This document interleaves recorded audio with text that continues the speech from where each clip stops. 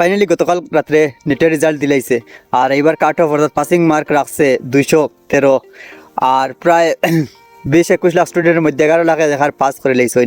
যে নিউজও চিল্লাইছিলে মিডিয়া হলে কইতরা পাস করে লাইছেন, যার 11 লাখে যেন পাস করছেন 11 লাখ ডাক্তার হয়ে যাবা। আরে ভাই তোমরা ওখান বেলা করে দেখাও না, দেশের সিটও কতটা আছে মেডিকেলর, এমবিবিএসের সিট মনে হয় টোটাল আছে 1 লাখ থেকে 1,07,000 ভিতরে। আর 11 লাখে পাস করে লিছেন খালি ফাল্লাইত্রা আর চিল্লাইত্রা ওখান দেখাইত্রা যে রিনিট দিয়া 11 লাখে পাস করছেন, তার মানে তার কোনো অসুবিধা হয়েছে না।